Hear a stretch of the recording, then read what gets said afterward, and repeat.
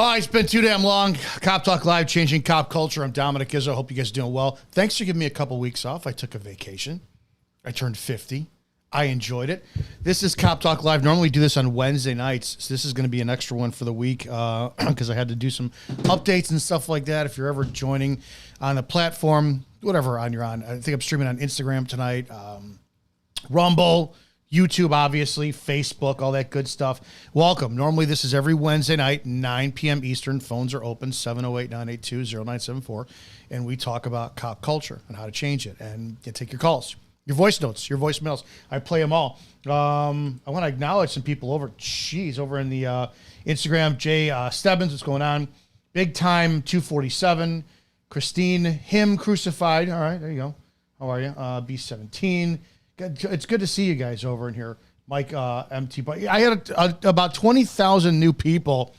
Listen, got about 20,000 new people joining me on Instagram in the last 3 weeks. Don't fucking enjoy the content that much.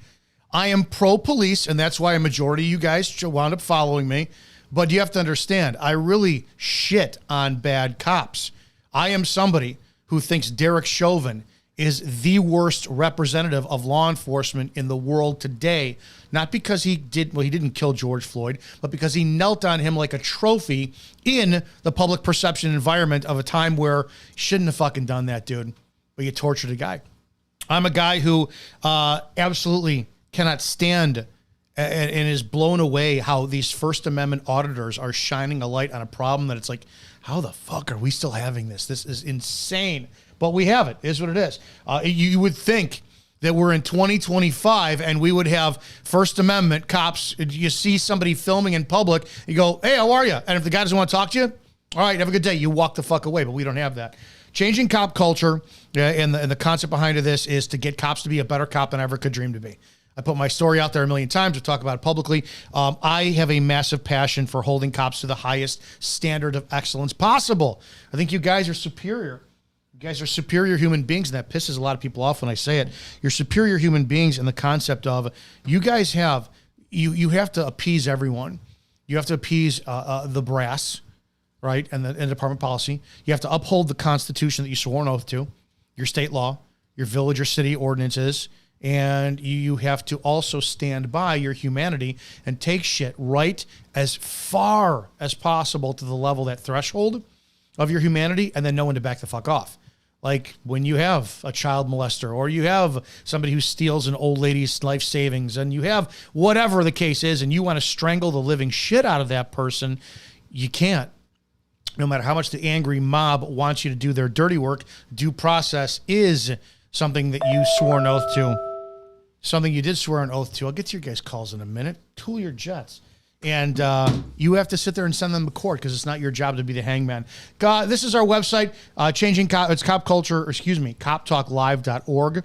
You can find news, articles, videos, a ton more. Sign up for our newsletter. Go ahead and just click that where you hit subscribe, or it's going to pop up when you get it. But this is coptalklive.org. And yeah, it's good to see you guys. Let me see if I could address any of you guys over in the chat. I have not been live in weeks. I celebrated my 50th out in California. I was blown away by the amount of homelessness I saw in Sacramento, by the way. I want to play this. I got to start with this. I've seen this last week, and it is what it is. And I want to have just a fun conversation, a brief conversation, because I actually did content on this earlier. What the fuck is with police culture? Where did we go wrong? I think it's my generation of cop who really messed this up, but this is from Fort Worth Police Department. Now, I went to Fort Worth. I visited them in 2018, saw their police department. Oh, my God, it's amazing. Amazing. We used their track. I was with Mobile Spike, a company I'm involved with, where we have a stop strip that's actually built into a car, a squad car, and we use their track for high-speed pursuits. We got the tour of their police department. They have this awesome, like building clearing little village built in the basement of their police department. Yeah, as a small town cop, when I looked at Fort Worth, I was like, damn. But Fort Worth, what are you marketing to, and what are you recruiting? I got some questions after seeing this video.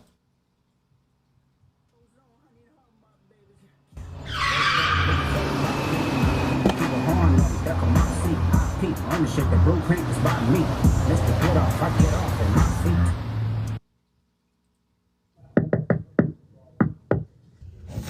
What's the password? Got love for F-top. You're late.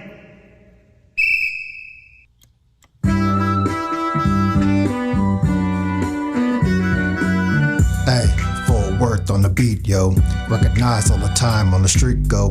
F-dub-P-D on repeat, so Funky Town send me down to you clowns, here we go. What's up with that city trying to gain friction? We remain top again while you sit, take a licking. Good, we should show them how it's done. Go rest, we the best, we still number one.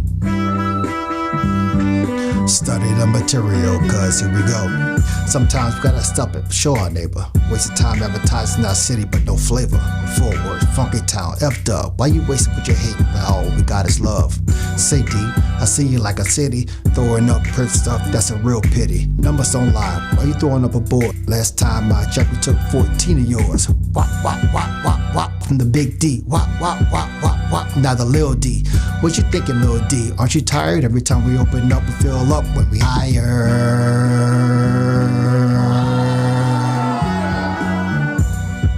They not like us. They not like us. They not like us. They not like us. They not like us. They not like us. Are you my friend? Wanna join in? Then step this way, step that way, step this way, step that way. Are you my friend? Wanna join in? Then step this way, step that way, step this way, step that way.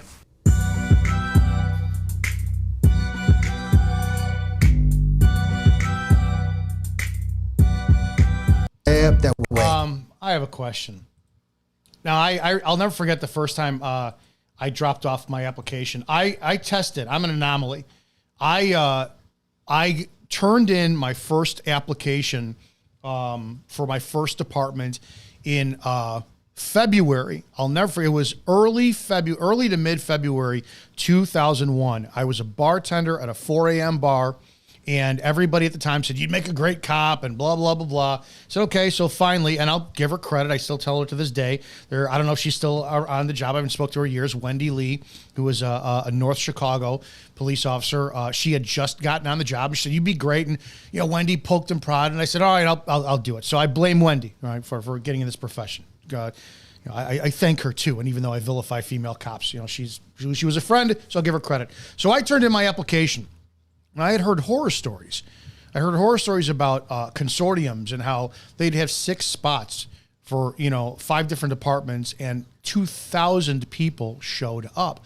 So I went to my first department and I dropped off that application, and I walked in, and I remember, I've said this earlier today, I'll name names. I remember I gave my application specifically to Gary Lunn. Gary Lunn is now head of Lake County Major Crimes Task Force in Lake County. I saw Tim Mitzvin back then. I know I saw a Sandy Malador because, she's a big 6-foot tall blonde woman. It was 6 in the mornings, right around 6:30 in the morning. So day shift and midnights were changing shifts. And I saw these people, and they looked professional. There was an air about them when I walked in. I was like, damn, I got to step my game up, man. There was just something about them that I took them very seriously going into that profession. I got lucky. For the time I dropped it off till the time I got hired, and then the letter of acceptance was 4 weeks. I went to the academy 2 weeks after that, and I was a cop. So on my first test, at my first try only, I got hired, and that was it. But when I went to my department, I talked about this earlier today, we had professionals. My department, smaller department, I think we had 35 sworn. We had 6 or 8 Marines, and these guys were squared away. Their boots were shined. Their uniforms were tailored. They looked good. They were fit. They actually, we always joked around after a good 6-8 months on, and you get to know people and whatnot. The roll call was fun. Back then, yeah, we had Sergeant Hare, we loved you back then. You turned into a piece of shit in your later fucking career, but you were the most beloved sergeant we had. I don't know what the fuck you were thinking. But we loved it, man. We loved everything that went on, but we took things seriously.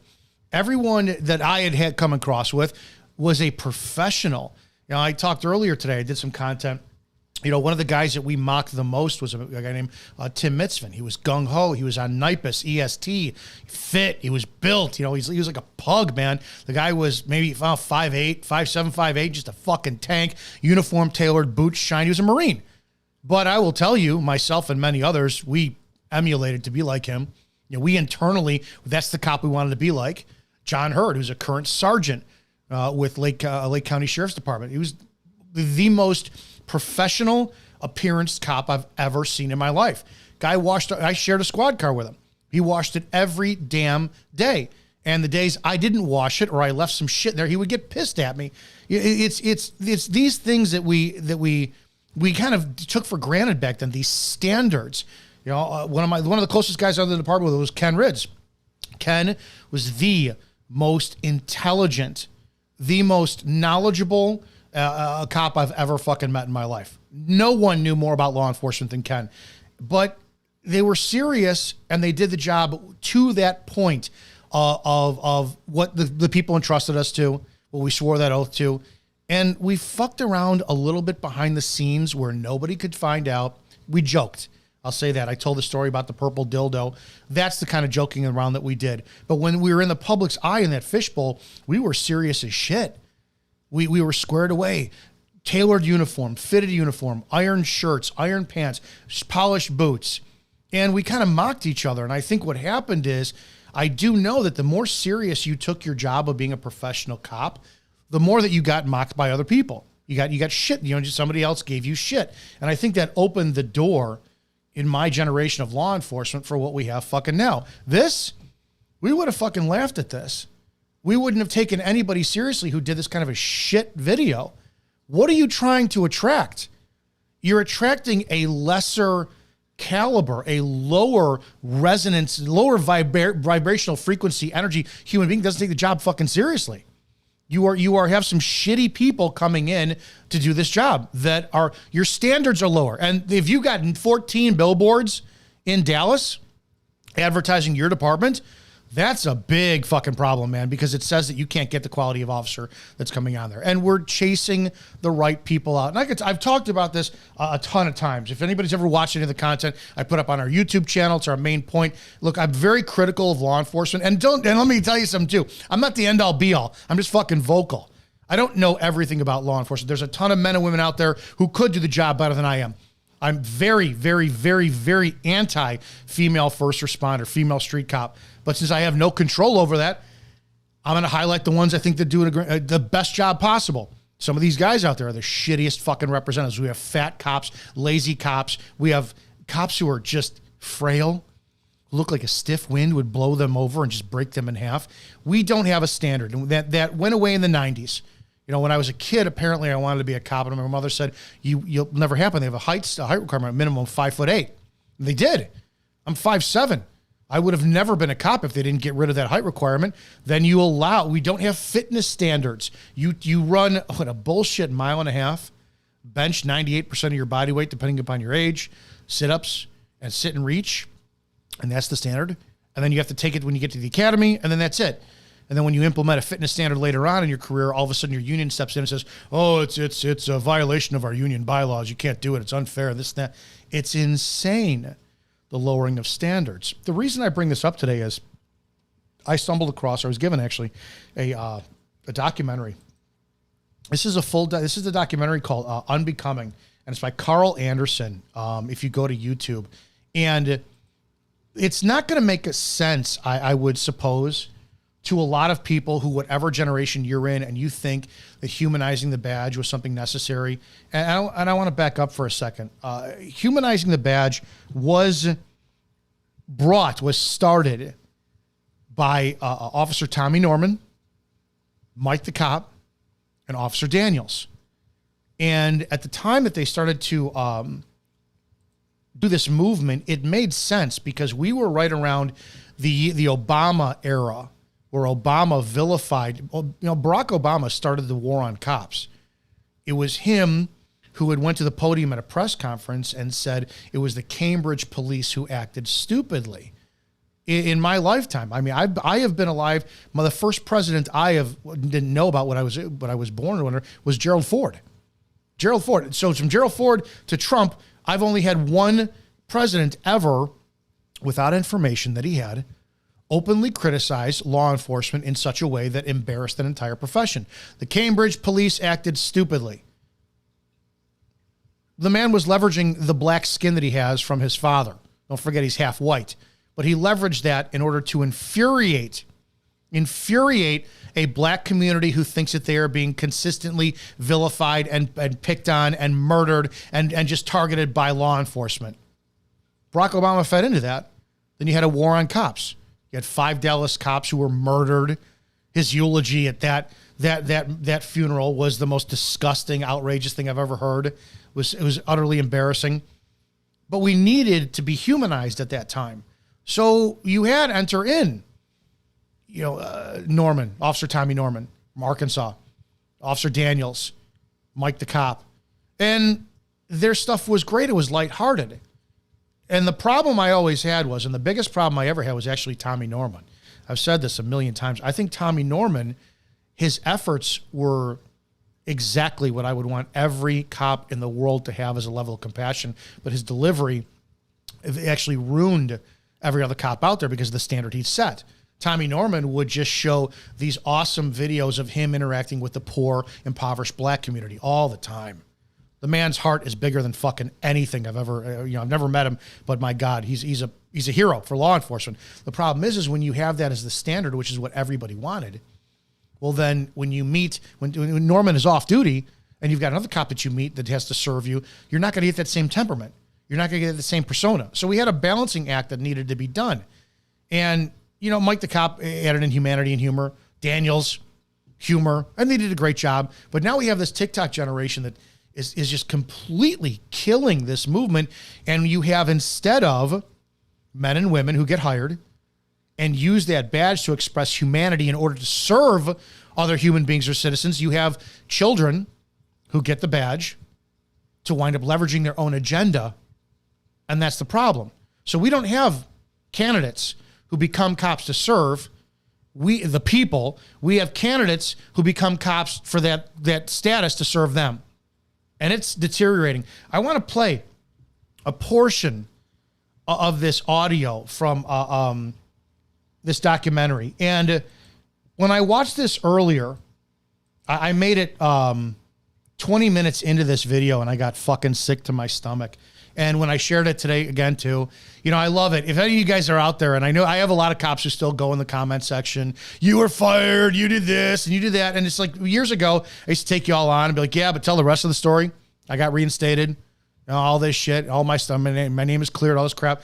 It blows me away how common what happened to me happens to other cops out there. This is an extremely, extremely well-seasoned, decorated, retired police captain, Carl Anderson. And if you watch the documentary, what happened to him, I was watching it and I texted him within the first 6 minutes. I said, my stomach is fucking sick watching this because I can feel what is happening to him.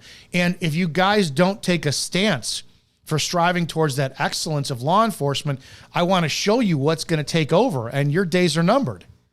Your days are numbered. It's as simple as that. The public isn't going to understand this. You guys keep thinking, I want to humanize the badge. Yeah, man, what's wrong with what they're doing? They're doing the ice bucket challenge. They're taking a cinnamon tea. I'm dating myself with a cinnamon tablespoon challenge. These cops are trying. They're dancing. It's doing harm. You have to understand. You, the police supporter, you might think all the time, can't happen to me. You're of the mindset that if you don't break the law, you will never interact with a bad cop. You do not understand that cops view you not for their default setting. Cops view you as a target and a number for a quota system, department policy, performance reviews, and stats. Yes, there's quotas. I've got literal proof on our channel of our quotas, which were a performance evaluation. If you do not get certain amount of points per night that equal per quarter, you face discipline action, including all the way up to termination. It's a fucking quota system. Well, it's never going to happen to me. I'm not some black kid who loots a store and then runs and points a gun at the police. No.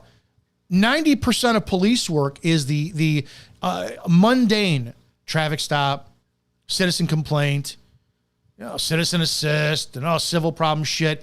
And cops, I never understood the phrase, when you're a hammer, everything looks like a nail. I never understood that until I left, and I went, holy shit, everybody was a fucking stat to me. It's like, damn. And I start to look at shit all the time throughout my career going, man, I did that. I did that too. Shit, holy shit. Point being is, it's command staff, which is the root of all evil in law enforcement, that puts the pressure on these men and women who are your street cops, who then, through the default of that pressure from the command staff, and then the time and wearing away of their own humanity, seeing how awful human beings are to each other, that turns cops into, I don't fucking care. And they're going to pull you over for failure to use a turn signal. You got pulled over for nothing. It's not a big deal. And if you don't comply to the level of what the law allows, at the speed of which the cop expects, you can get ripped out of the car. And if you seize up your body, you're resisting. If you resist further, it can equal all the way to your death. You don't think this is fucking serious? Who do you want on your street doing that? I go back to it all the time. The guys I made fun of, the guys, oh, you're too serious on this job. No, the reason why they lasted in their careers and I didn't is because I wasn't serious enough. My standards, high as shit, were not serious. Were not high enough. This is my goal of Cop Talk Live, is to elevate your standards as a cop, be a better cop than I could ever fucking hope to be, dream to be one. So when we look at who we want on our streets, you have to look at the hiring process. You have to look at you, the citizen, who thinks that it's the job of the American police officer to be the punisher on the street. And don't get me started with that fucking, those years that I never did. We wore the Punisher logo. Who fucking wearing a vigilante's logo on a police uniform blows me away. But you need to expect a proper level of humanity and humanizing the badge. And the easiest way, the most profound way, the most effective way to humanize the badge is to treat the citizens that you're interacting with as a cop as if they were humans. That's how you do it. Stop trying to make yourselves look more important. I've had a conversation with this one. I don't think that, and this pisses a lot of people off, especially if you're new to me, you're following my content. I don't think that killing a police officer should be a capital punishment. Like Trump wants to make it an automatic death penalty if you kill a police officer. Do you know how many scumbag, shithead, horrible human beings we have on the street right now wearing badges and uniforms? The problem I have with that statement, if it infuriates you, I really don't care. It's you're saying that a cop's life matters more than you. And we have some very, very, very horrible representatives in law enforcement on the street. Every time a cop is killed, yeah, I feel bad for it, but at the same time, too, I have to wonder, how many civil rights did this cop violate? How many times did this cop, I don't know, stretch the truth on a report to get a righteous arrest or unrighteous arrest? You know, what was the nature behind this person's character? I don't like arbitrarily supporting a police officer. I will support, without question, law enforcement in totality, but not the individual cop. And these are reasons why. I want you just to hear the dialogue. All I want you to hear is, and granted, this is edited, and it's a very well done documentary. This, is a retired police captain, Carl Anderson. Just listen to the way this man speaks. Listen to his sentences.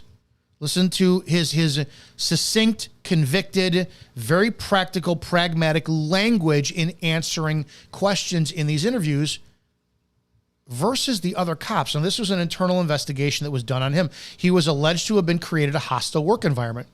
Now, a lot of you guys who have been in the job before, I mean, some of these things they're complaining about in the video. It's like, well, he brought me in the office and he was asking me about something and I felt really uncomfortable. What? What the fuck is wrong with you? I want to back up. I want to start with, I'm going to start with him. You're going to hear these complaints and then I want you to start to remember. Yes, you have officers complaining about using their cell phone when they're told not to. You have officers complaining about feeling uncomfortable in an office where they were receiving corrective counseling. You have officers that were still on the street after 3 vehicle crashes in a 24-month period, and they're complaining. And these are the men and women who show up on your doorstep that you call 911 and you expect them to righteously, fairly, lawfully solve your problems. You're a fucking moron if you believe that that's what we have on the street today. Listen to the dialogue exchange. What happened? And that was that. And the line of questioning and how it was handled made me uncomfortable to say the very least. It was way more than uncomfortable. I thought that I was going to get written up. Did you get written up? No, that's what I thought. Get any type of documentation? To my knowledge, no. He felt as though I was interrogating him and I was looking to get him in trouble. I was doing my job. So they just basically told you to do a vehicle damage report. Writing a report for the damage to the vehicle, in turn feels like. I want you to keep in mind, so one of the things about being a police officer is you knowledge, right? And the ability to answer questions factually, without a doubt in voice, without a disruption. Let's pay attention to the dialogue. And in my opinion, when I listen to these children who are wearing uniforms answering questions, they answer questions as if they were one of my nieces who, did you eat the cookie when I told you not to? Well, and those are people who are dishonest. I'm very proud of myself. I never lied in my career. I've told the story before. I got dinged up for, it was an accusation. I pointed my gun at somebody off duty, and I got called in an office one day, and it was Rich Chiarello. You remember this, and Dennis Zulik. And apparently they'd been doing an investigation on me for months. I didn't even know about it. And they pulled me in the office and said, do you know what happened on this date? And I go, no. Can you tell us anything about it? And what typically law enforcement does is law enforcement looks to ask you questions they already know the answers to catch you in a lie.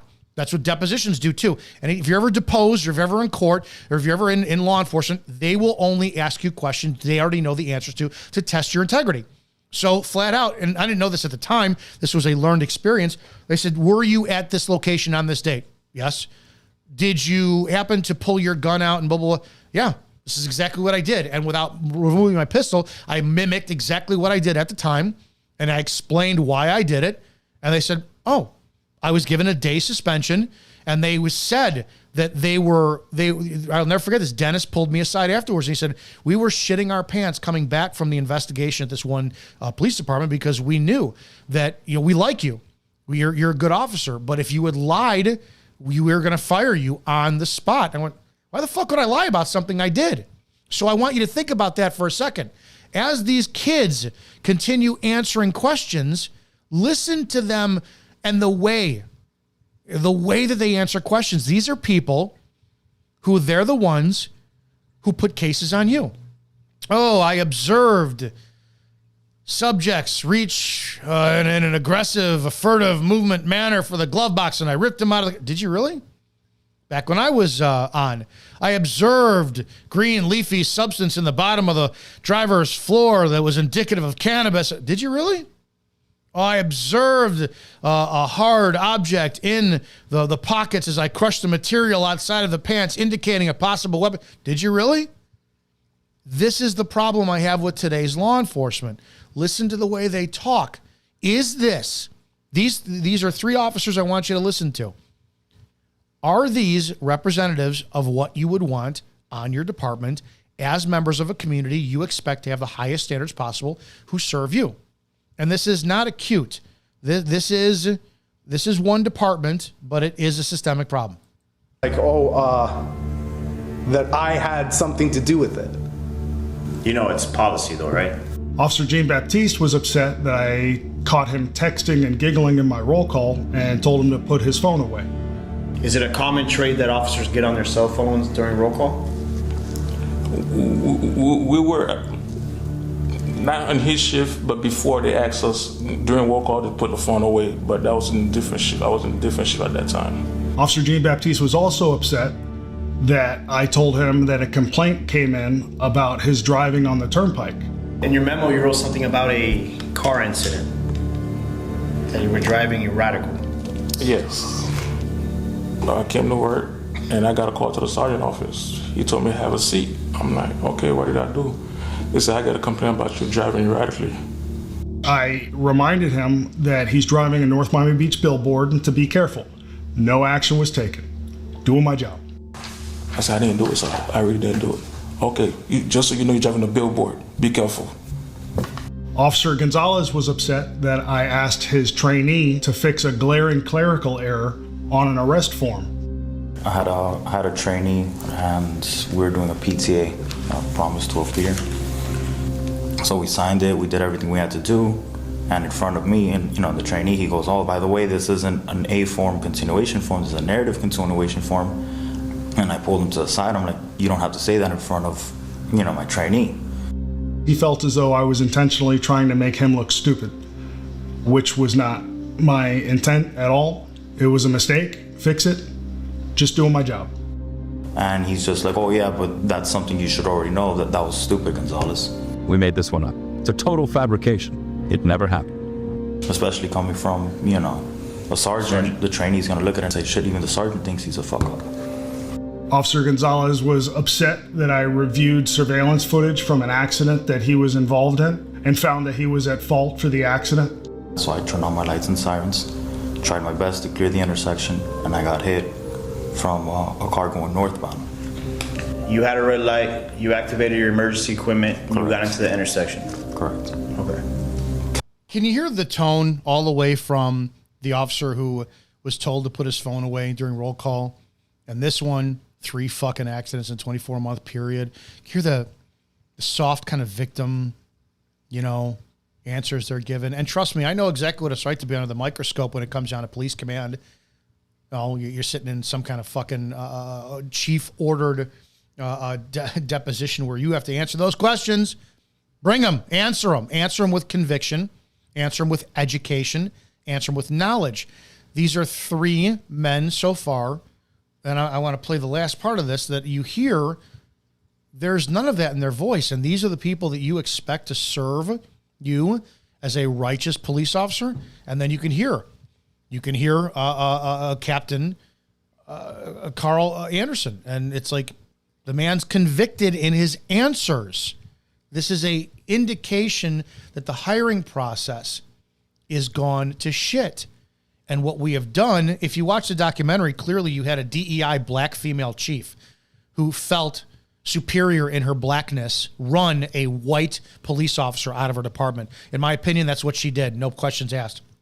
And opens the door for other minorities of a lesser standard and quality to come into the job. That's what we're doing here in law enforcement. You're opening the door for blacks, Hispanics, Latinos, Asians, women. I don't care what it is, and there's nothing wrong with that, but the qualifications are in the toilet. They're in the toilet. We don't want qualified candidates for the most important job in America. And it is the most important job in America. These are people that can kill you on the street for not using a fucking turn signal. And you don't want standards? You want DEI? You want dancing fucking monkeys who are doing rap videos for Fort Worth Police Department? How about some constitutional knowledge? How about some discretionary training? How about report writing? How about any of those things that are important when it comes to serving the public? County responded. They took over the investigation. They said the other guy was going to be the at-fault driver. The other guy was DWLS. Had a Bravo whiskey for DWS, and he ended up getting 39 because of the Bravo whiskey that he had. You wrote here that he found you to be at fault later on? Correct. He told me that supposedly he went to try to get video footage, and then he put, words that I was clearly at fault, and this and that I failed to come to a complete stop at the intersection. And he made it seem that basically, due to my actions, the other guy got injured. Did he show you the video? No. You never saw the video of the accident? No.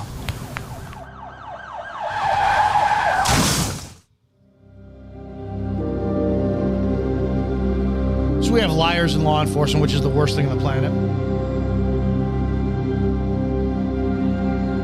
Officer Gonzalez was also upset that I asked him to be more descriptive in establishing probable cause on an arrest form that he gave me. Anderson always talks shit about all my arrests. Basically saying, the PC was weak, or I don't like the PC, or, I tell you guys to get me good arrests, and this is what you guys bring me. Imagine being a cop. You're in a town, right? You're in a village I don't care. You got 5,000 people in your village. You got 500,000 people in the village. And you hear an officer complaining that their commanding officer, their sergeant, their lieutenant, whatever it is, stated to be more clear and righteous about their probable cause for a stop, an arrest. You have someone bitching and moaning that, oh, the brass wants me to have really good constitutional knowledge, why I exercise the Fourth Amendment and put somebody in handcuffs and took him to jail. This part blew me the fuck away. You have a commander. Now, I told you, my hypocrisy does go back and forth. I hate command staff, but we have a good commander here who is saying, make sure that your probable cause is air fucking tight.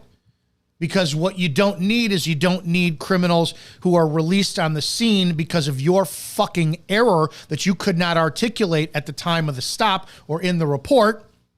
We have commanders who want to make sure that that offender then isn't released into the public when he shouldn't be to commit more crimes. You want to make sure that that offender then just doesn't bullshit-wise sue the department and cost the taxpayers money. You have a commander who is looking out for the best interest of the officer who is expected to do their job to the letter of the fucking law. But here we have officers. We have pussies who are on your street complaining about this shit. If they're willing to complain about this, they are willing to lie about what they do to you. But you as the citizen, back the blue no matter what. Back the blue, back the blue. Okay, keep listening. It's not, oh, what 39 did you get? It's how did you get the 39? How did you violate this guy's rights? How did you do this? How did you do that? Officer Odom was upset that I told him that he made a significant error on a subject check of his. And this was after he asked for my opinion in roll call. Why do you feel that you are working in a hostile work environment? Because I feel like every cases I attempt to work, it backfires on me. For example, when we had the 26 subject that's been going around, and I attempt to catch the guy, and just the dialogue. Would you fucking people have marbles in your mouth when you're talking? And I don't give a shit if you think it's racial. Somebody is Hispanic and they can't pronounce a word. Somebody's black and they say ax versus ask. At what point do you not raise your standards and say, I need to be in the model of excellence when I wear this uniform, and I'm going to have a proper fucking grasp of the English language when I apply it as a professional police officer? You fucking clowns are embarrassing. Learn to speak English, not some Cardi B speech that you put out there and like your mumble jarble. I swear to God, it's like grammar class, sentence structure. Do you guys remember diagramming a sentence, or am I dating myself? A gerund, what is it? Looks like a noun and acts like a verb. It's like Cardi B. You want to see how today's generation and low forehead, low IQ substandard of cop thinks and talks and acts? Go look at how Cardi B tweets. Go try to read one of her non-punctuated, phonetically, specifically spelled out word tweets are. And this is what we have. These are the reports. I worked with it. My own commander, Hector Lepe, could not fucking write an English sentence to save his life on a report. And he was a commander. He had to have our deputy chief rewrite his reports. But we employed these people because nobody wants to be a cop. No, it's not that nobody wants to be a cop. It's we don't hold the standards high as possible because people bitch and they file grievances and the union gets involved. And oh, it's discrimination. It's hostile work environment. It's this and that. No, it's your fucking pussies. You're pussies. It used to be that pressure makes diamonds, right? You put coal under the most intense pressure for God knows how long, a diamond is formed. Impenetrable object, right? Can cut through fucking glass, all this shit. You got steel. The hardest of steel is forged in the hottest of fire. No, may as well put on your Hello Kitty slippers and sit you down for a manicure, pedicure if you're today's fucking cop, because you're a pussy. You do not take the job seriously. You can't speak correctly. You can't articulate yourselves correctly. You're slobs. You look like children who are in overgrown daddy's uniforms playing dress up for a holiday picture. This is what we have. And you're all narcissists who leverage a profession and a badge and a uniform for your own self-interests. And then you blame the big bad sergeant who wants you to follow the fucking Constitution the right way. There is no one bad apple. The orchard is rotten. And you as the American citizen who fly your blue line flag without doing any fucking research, you're to blame for this. That subject that I saw, I had nothing going on. So I fired him. I contacted every other agencies. They said they ain't got nothing on the guy. I had nothing to arrest him for, and I let him go. We were at roll call. I brought it up, asking them, all right, that's what I had. I'm sorry, and maybe it is just the fact that I love the English language. I got nothing to arrest him on. I do not have any probable cause to arrest the subject.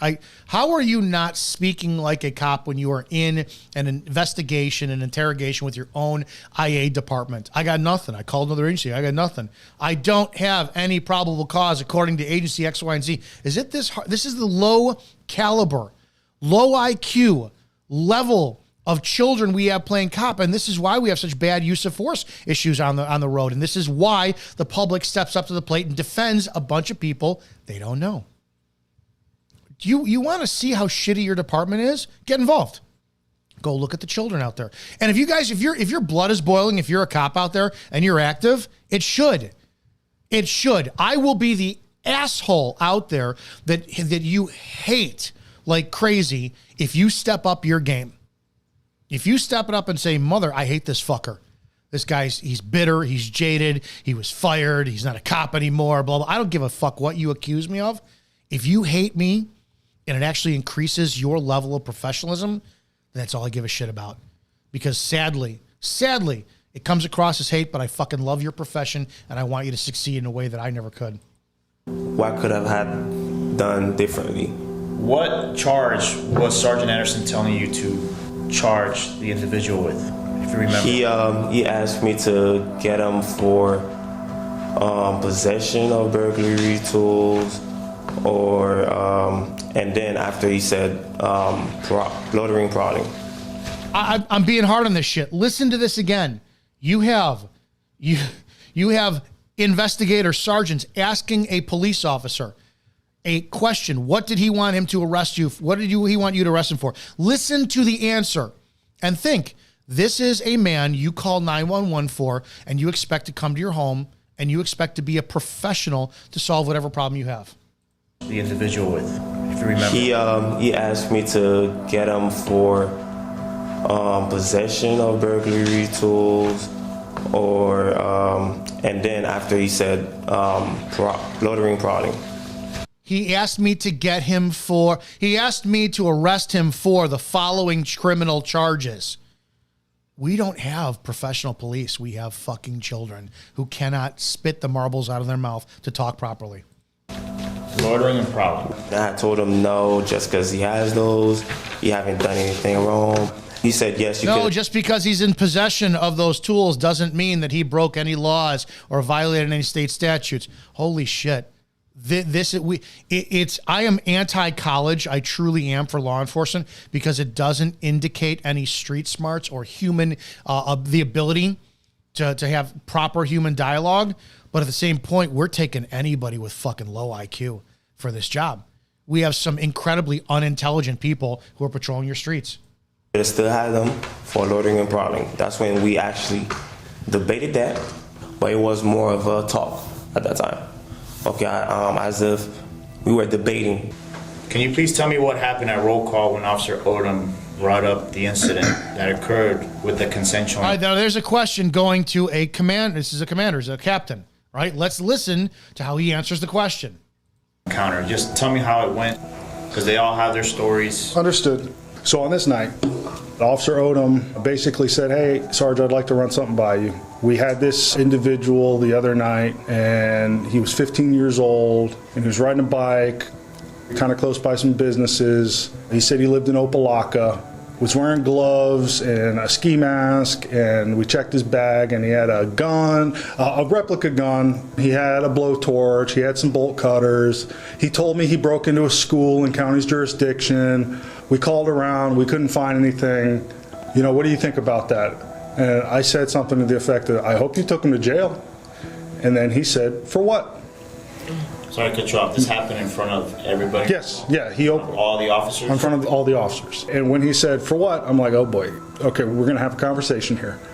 And again, he opened the floor, and it's never my intent to ridicule somebody or to make somebody feel embarrassed. But what was happening was I opened the floor and I said, anybody want to answer that?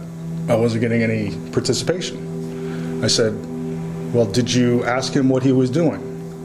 And again, I can't remember the specifics of the conversation, but it was clear that he, based on what he had said, it was an obvious case of loitering and prowling.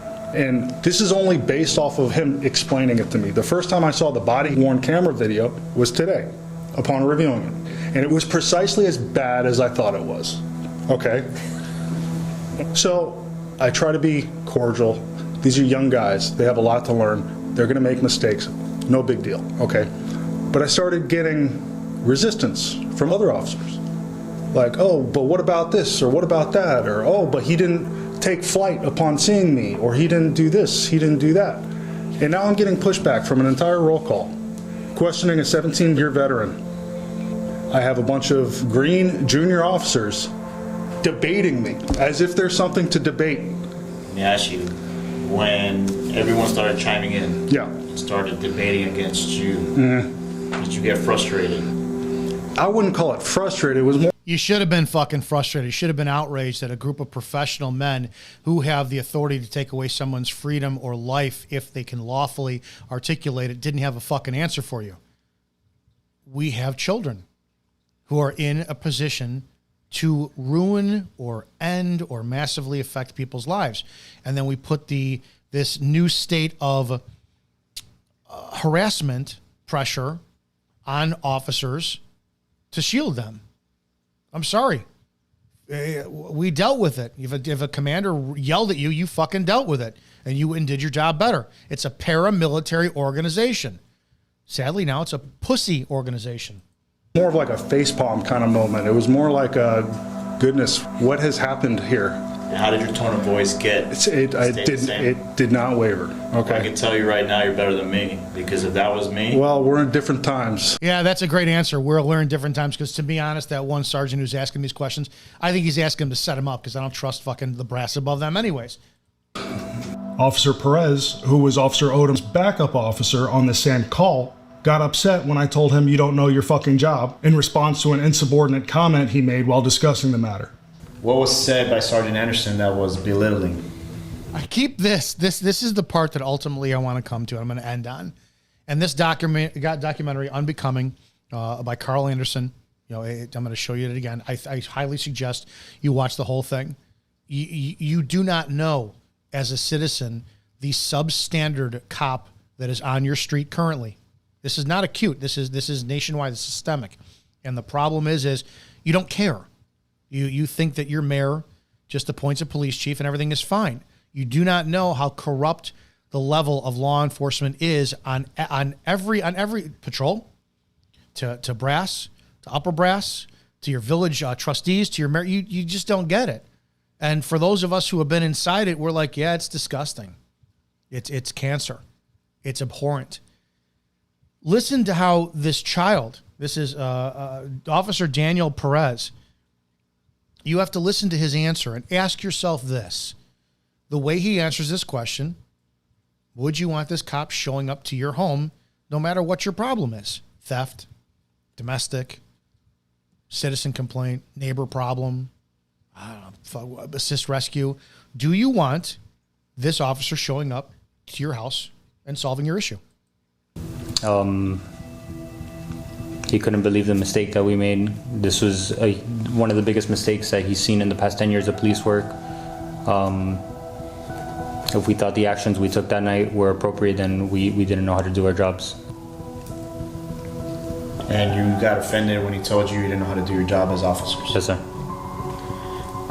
You said you've been here for how long? Since January of 2022. Do you feel that you know how to do your job as a police officer? Not 100%. Listen to that question again. He's been there for a year. Do you feel that you know how to do your job as a police officer? I'm going to tell you flat out.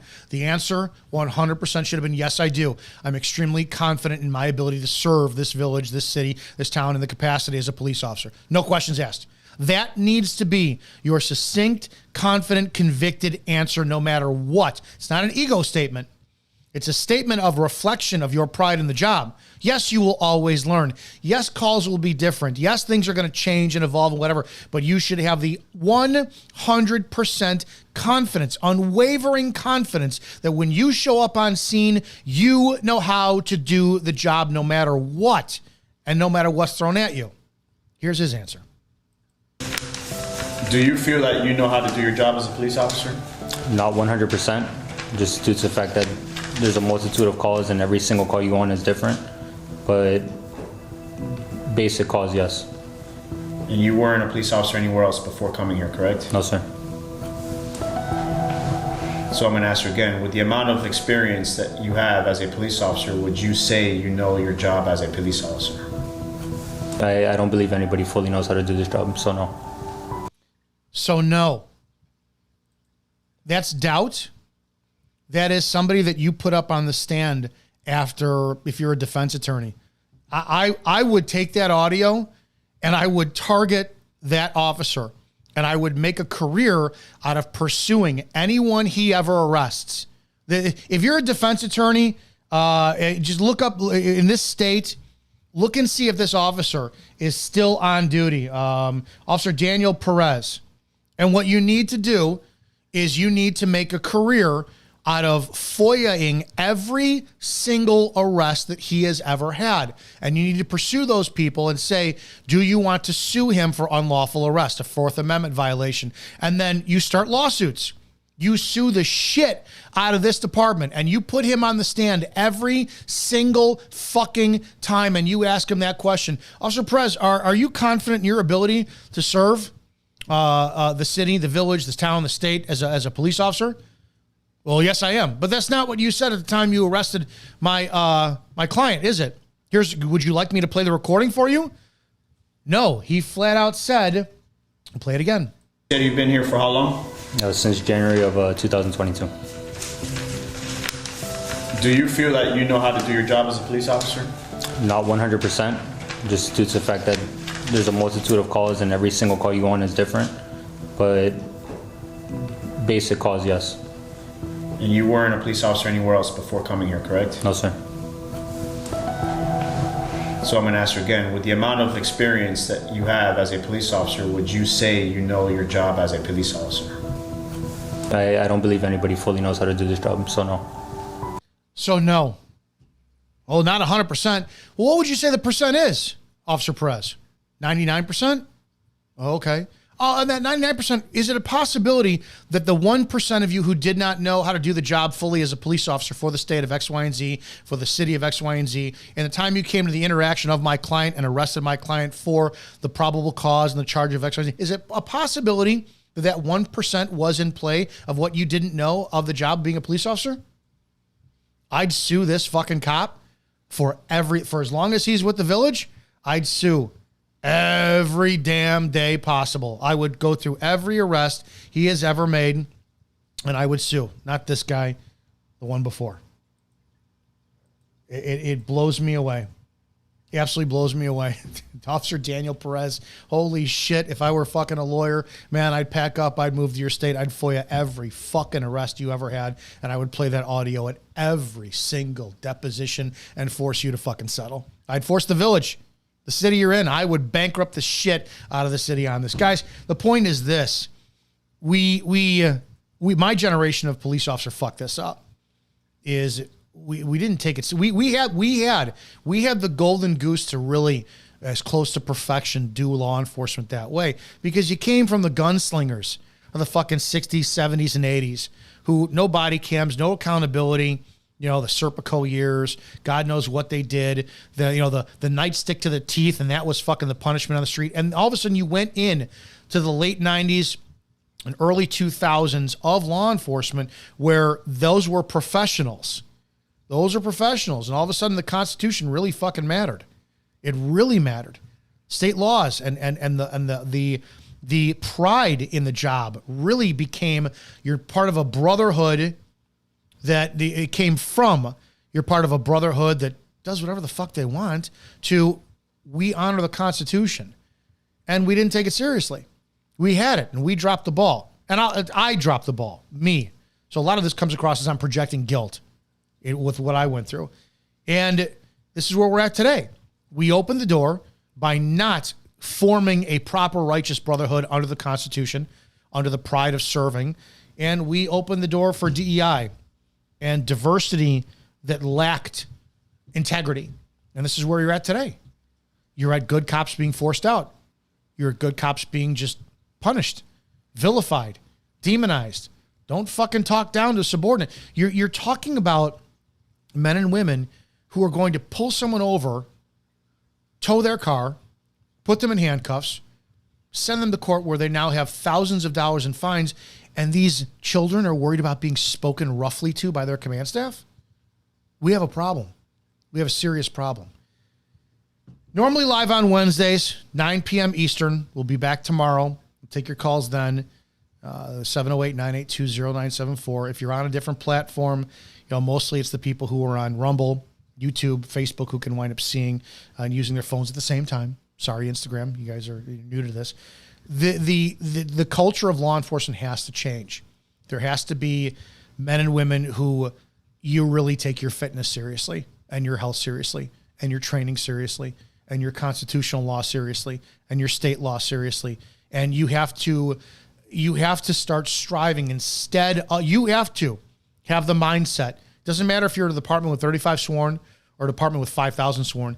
You have to have the mindset you want to be chief of police, even if it will never happen, because that means you are striving for an integrity of the highest level of command, an excellence, and accountability and responsibility for what happens within the department. It means you have that much of a mindset. You give a shit about the fucking job, and you're going to make enemies.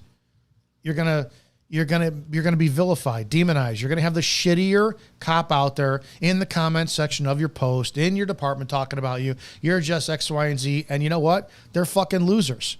They really are.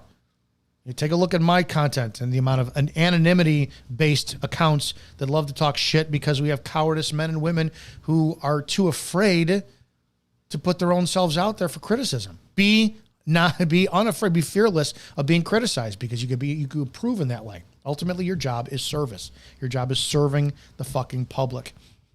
I love this profession. Of course, I'm angry, I'm bitter, I'm sad, I'm jaded of what happened to me. It is what it is.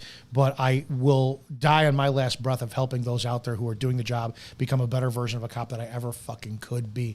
Guys, make sure you check out coptalklive.org, our website, for articles, videos, updates on law enforcement. Subscribe. If you hit here or anywhere when you first post up on it, it's going to ask you to enter in your email address. Do that. Enter in your email address. I see I already am subscribed there. There you go. Enter in your email address, and we'll get you updates on articles and everything that's new on there. Make sure you go to our YouTube. Or if you're on Cop Talk Live. There's Mike the Cop. Make sure you check it out. If you're on YouTube, great. If you're on Rumble, wherever you're at, we've got long form videos, short form videos, commentary. And don't think for 1 second that you're going to agree with me on every post. You're going to fucking hate me in a lot of context. And I welcome disagreement. I welcome a dissension in decisions because I don't have all the answers. I just have opinions based on my experience, based on my training, and based on my days as a cop and my love for the profession. Other than that, you guys be safe out there.